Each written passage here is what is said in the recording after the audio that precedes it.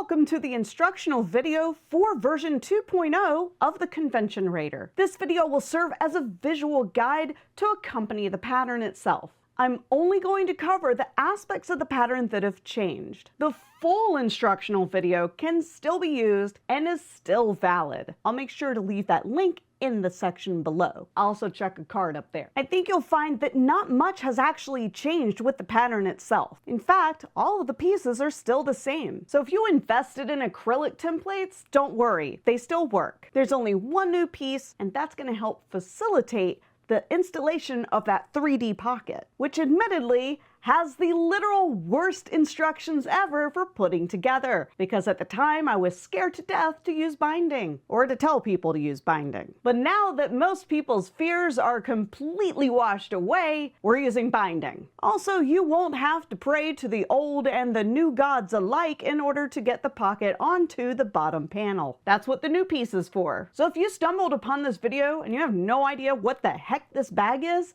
let me give you a super brief overview. This is what they call a holster style bag. You wear it around your waist and your thigh, like so, giving you a super cool hands-free experience. The bag includes one 3D pocket on the front here that is about 2 inches deep. Is plenty of room for all of your little goodies like your wallet and your phone, or a chapstick, or candy. Maybe candy. Now, while this flap doesn't actually sport it, there is an optional zipper that's included in the instructions and for the flap, which is good for spare change or business cards. Then there's the main zipper pocket that goes through the entire length of the bag. It's large enough for a Nintendo Switch. Let's quickly run through the things that have changed between version 1 and 2. First, the most obvious thing you can see right now is that I did add a zipper overlay option. You can still install the welted zippered pocket on the front if you want to use that technique, or you can do it with the zipper overlay. I will say the overlay is faster. Also, it looks pretty snazzy. The second thing is that now the pocket has binding. That's right, no more convoluted instructions for hiding that and avoiding binding. So now there's binding, which is a lot faster. The other big change is how to actually attach this 3D pocket to the front of the bag. In the original pattern, you actually would turn under the edge of this pocket's gusset by about 1/4 of an inch and try to line it up on the bottom panel. I don't know about y'all, but that kind of made it cumbersome. Now I have a much faster and easier way of doing it. And the plus side is it ends up being easier for people with domestic sewing machines. One other small change is to actually just use rivets to put your strap connectors on here. There's no need to try to line them up perfectly and sew them in at the bottom. If anything, it actually makes it a lot more sturdy and secure if you just rivet them straight through the bag. Plus it's like super metal. Now I'm gonna take you through each of the changes and how to actually construct the front pocket and attach it with these new instructions. I'll try to be brief and keep my narrations to the point, mostly. You know how I am. Let's run through the pieces I've cut out and prepared for this video. I'm using waxed canvas for the exterior and waterproof canvas for the lining, so I didn't really need to interface anything. We need 2 lining pieces for the front pocket panel. This is new. The original version only required 1 lining piece. I'm going to do 2 pulls on my zipper so it's easier to open and close. Next, I've cut 1 front pocket panel and 1 main bottom panel from the exterior fabric. For the gusset, I did change the pattern to have a single side to the zippered half, instead of sandwiching the zipper between 2 pieces. You can still follow that technique, but this is a lot faster and ultimately easier. I've cut out the bottom and the top gusset pieces from both the lining and the exterior fabrics. So for the first major change, we're going to go through the assembly of that front pocket. For anyone who has done the production edition of the Perfect Pouch, you're probably familiar with this. It involves binding, but I don't use binding. I use fold over elastic. So let's go ahead and dive right in. Let's start by preparing the zippered half of the gusset. I prefer zipper tape instead of using pre-sized zippers because there's a lot less waste. When you size your zipper, leave about a 1/2 inch excess tape on either side of the upper gusset piece. It'll make the zipper a lot more secure in the end. Always remember to melt the ends of your zipper tape prior to installing the pull. Zipper tape frays horribly, and it'll pretty much fall apart while you're working with it if you don't melt those ends. This isn't necessarily a tutorial for installing zipper pulls, so I'll put a card in here to my tutorial. We could just sum up my ability to install zipper pulls without fun little gadgets as being witchcraft. Hail Satan, I guess. Put your zipper and exterior upper gusset piece on the table right side facing up. The longer edge of the upper gusset piece you want in the front should be closest to the zipper. Flip the upper gusset piece over and onto the zipper tape so right sides are touching. Line up the centers and clip. Note, you can transfer center markings from the pattern to the exterior and lining fabric cuts to make this easier. I apparently chose violence when I recorded this. Now let's take this over to the sewing machine and baste just inside the edge, no more than 1/8 of an inch. This may seem excessive, but you'll thank me later when your zipper doesn't look like it's been to a clown rodeo. Next, you'll attach the lining of the upper gusset to the same edge as the exterior. Set the zipper on top of the lining with the lining's right side touching the zipper's wrong side. Clip it like you mean it, then take it to the sewing machine. Now you'll sew the real seam allowance 1/4 inch. Make sure you're doing this with the right stitch length. Flip both the lining and the exterior gusset pieces away from the zipper. Tug a bit on each to make sure you're clearing the fabric of the zipper's teeth, then put some clips on the outer edge to keep things snug while you top stitch the seam. As you approach the zipper pull the needle halfway down to secure your work. Then lift the presser foot and carefully slide the pull out of the way. I say carefully because you don't want to pull it all the way off. Guess I should have suggested a whip stitch or staple across the end of the zipper earlier. Man, I'm so good at this content creation thing. Grab the bottom gusset pieces for the exterior and lining. Lay the exterior piece on top of the assembled upper gusset so right sides are touching. If you're using directional fabric, make sure to double check the orientation so you don't put it on backwards. Line up the shorter edges and clip. Now add the lining for the bottom gusset so that its right side is touching the upper gusset lining's right side. Line up its shorter edge with the clipped exterior edge and adjust the clip to capture all layers. The upper gusset should be sandwiched between the bottom gusset's lining and exterior pieces. Flip everything around and line up the remaining short edges of the bottom gusset pieces just like you did for the other side. Clip through all layers. The bottom gusset is shorter than the upper gusset, so you're gonna have to pull a little to line up their edges. The size difference will also make a pretty cool seesaw, but this is only temporary. Now it's time to sew. Using a 1/4 inch seam allowance and a construction stitch length, sew along the shorter edges. Remember to ignore the excess zipper tape when following the seam allowance guide. It's the raw edge of the upper and bottom gusset pieces that you need to reference. After you've sewn both edges together, flip the whole assembly so that it's right side out. Tug at the seams and finger press them flat. Then top stitch each of the edges on the bottom gusset's side of the seam. This is extra security for the zipper tape, and it keeps that pesky seam allowance from ruining the shape of the pocket. Before you skedaddle your butt back over to the cutting table, baste the gusset pieces together all the way around both raw edges. You really only need to go seam to seam on the side with the exposed zipper tape though. This will help keep things from shifting on you when you attach the front panel and later when we add it to the main bottom panel. The only thing remaining is to mark the centers of the completed gusset. If you recall, the gusset isn't exactly the same size between its upper and bottom pieces, so you can't assume that the side seams are accurate for placement. To get accurate markings, fold the gusset in half so that the upper and bottom gusset seams are aligned. Mark the center of the folds on both sides of the gusset. Now fold it the opposite way so that these new top and bottom center markings are aligned. Just as before, mark the center of the folds on both sides of the gusset. Now we're going to prepare the front panel for attachment. Grab the one exterior piece and 2 lining pieces that you've already cut out. If you haven't done so already, fold each piece in half horizontally and vertically to mark the centers on all 4 edges. I'm just making tiny snips on the folds instead of using chalk or a fabric pen.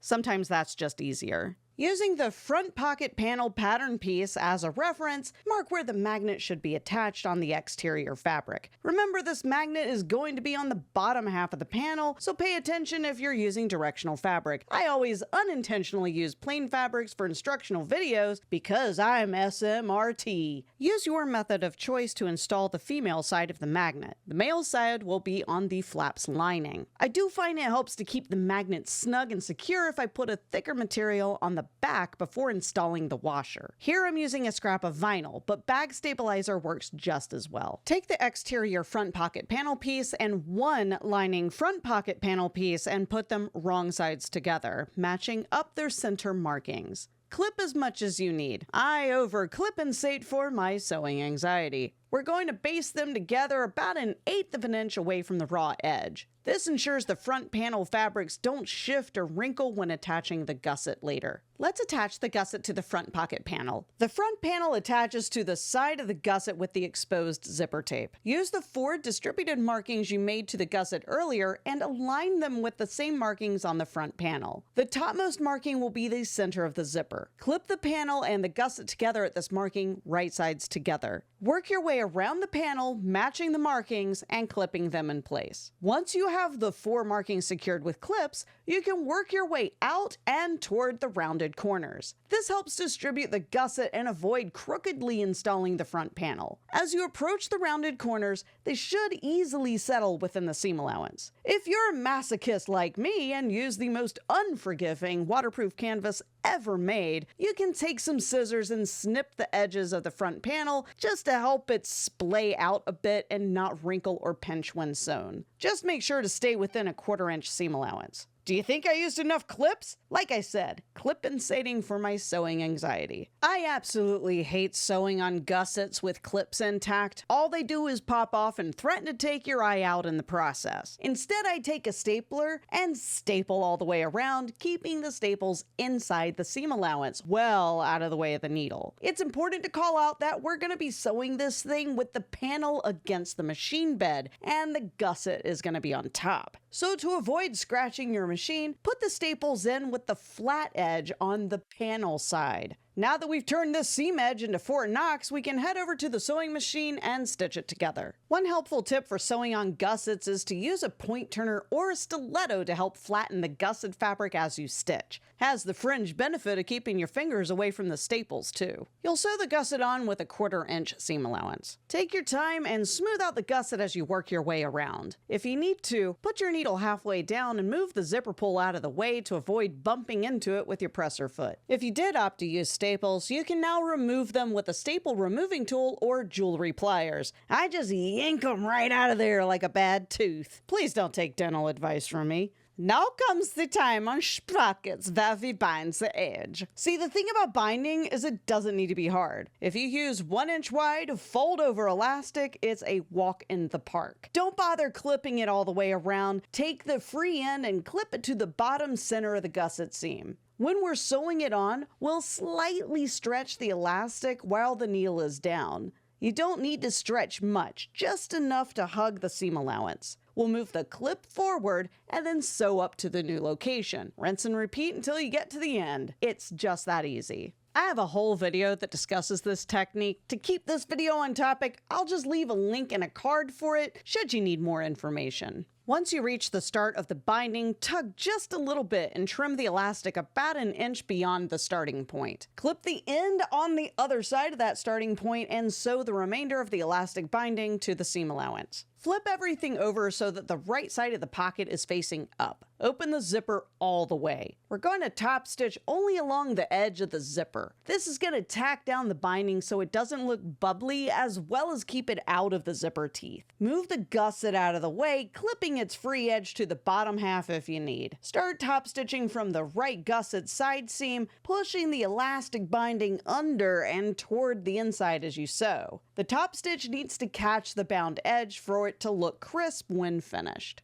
And here we have the pocket in its final form. See how crisp the zipper edge looks? Also, if we take a look at the inside, you can already see how the structure was improved just by adding binding. This pocket isn't going to be sagging or warping while wearing the bag. Now we have a 3D pocket, and it's time to attach it to the front panel. The secret to this? Cutting a hole in the front panel, and then attaching the pocket's gusset to that hole. In the updated PDF for the Convention Raider, you're going to have an extra pattern piece called a pocket hole guide. You're going to need that piece cut out and ready to go for these next few steps. To attach the pocket to the front of the bag, we need the main panel bottom exterior piece and the front pocket hole guide. Start by folding piece B's exterior in half vertically and mark the top and bottom centers. Connect those markings together by drawing a temporary line down the center. I'm using waxed canvas, so I'm scoring the wax with a point turner. The hole for the front pocket needs to be placed 1 1/4 inches from the topmost edge of piece B. I find it helpful to mark this with a line and not just use the ruler for alignment, as I like to see the fabric when I'm placing things. Center the hole guide to piece B. Its top edge should butt up to that of the horizontal line we just drew. Secure the hole guide to keep it from shifting around on you. Trace around the hole guide, then cut out the marked area from piece B. If you try cutting it out all at once, you'll probably hate yourself. Now that you have the hole in piece B, fold it in half horizontally and vertically so that you can mark the interior centers of all 4 edges of the hole. These 4 markings will match the 4 markings on the gusset of the 3D pocket we finished preparing earlier. Set piece B on the table so that it's right side up. Take the front pocket and drop it into the center hole with the zippered gusset being upright. You'll pull the edges of piece B up so that the right side of the pocket gusset is touching the right side of piece B. Line up the center markings of the hole edges with the same markings on the gusset and place a clip. You may find it's easier to align them if you flip things over. Just don't accidentally twist piece B in the process. Just like we did when clipping the gusset to the front pocket panel, move your way toward the centers clipping along the way. Snip the corners if you need a bit more of a stretch, then staple the crap out of it so it can't move around on you. When you sew the pocket to piece B, you'll want the pocket's gusset to be against the machine bed and piece B's wrong side facing up. That's because piece B at this stage is more likely to wrinkle and pinch when sewn, so you can catch this in the process and smooth it out with a point turner while stitching the seam. This is a lot better than playing a rousing game of FAFO and needing to seam rip and correct it after the fact. The seam allowance for this is 1/4 inch. You'll notice that all of the seams regarding the 3D front pocket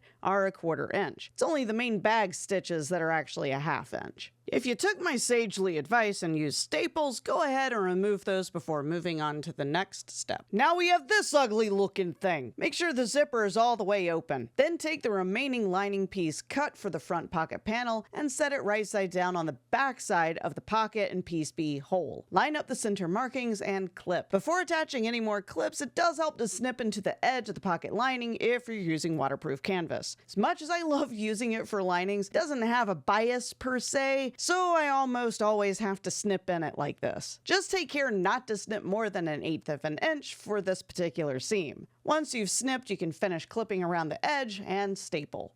With the wrong side of the pocket lining piece against the machine bed and piece B's wrong side facing up, sew the lining to the seam allowance only. Don't stitch a full 1/4 of an inch seam allowance here. You don't want to accidentally reshape the edge where the pocket meets panel B, and all you really need to do is attach this thing. This is what the bottom of the bag should look like now that you've attached the pocket and given it a lining. Now you need to top stitch it to keep that seam allowance knocked down. Otherwise it pokes up in spots and makes the bag look pretty funky. If you just turn the edge of piece B down and top stitch it such that the seam allowance is laying flat, it's actually gonna pull in the edges of the bottom of the bag. It'll pull them in so much that it won't line up with the back piece. Instead, you want to fold the seam allowance in toward the center. This will fold the fabric in such a way that it doesn't pinch the entire panel inward. I don't bother with clips or pins at this point. Just sew 1 inch or 2 at a time, turning the seam allowance inward while sewing. The top stitch needs to be on the pocket gusset side of the seam and no more than 1/8 of an inch away. Start at the bottom center. When you approach the gusset side seams, it helps to put a humper jumper down. This will be the only part of the bag pattern that can be fussy with layers. If you're on a domestic machine and having trouble, it is perfectly acceptable to stitch up to the side seam, backstitch, cut, cut, move up to just above the seam, and continue sewing from there. The seam allowance will be knocked down just fine without those 2 or 3 inches.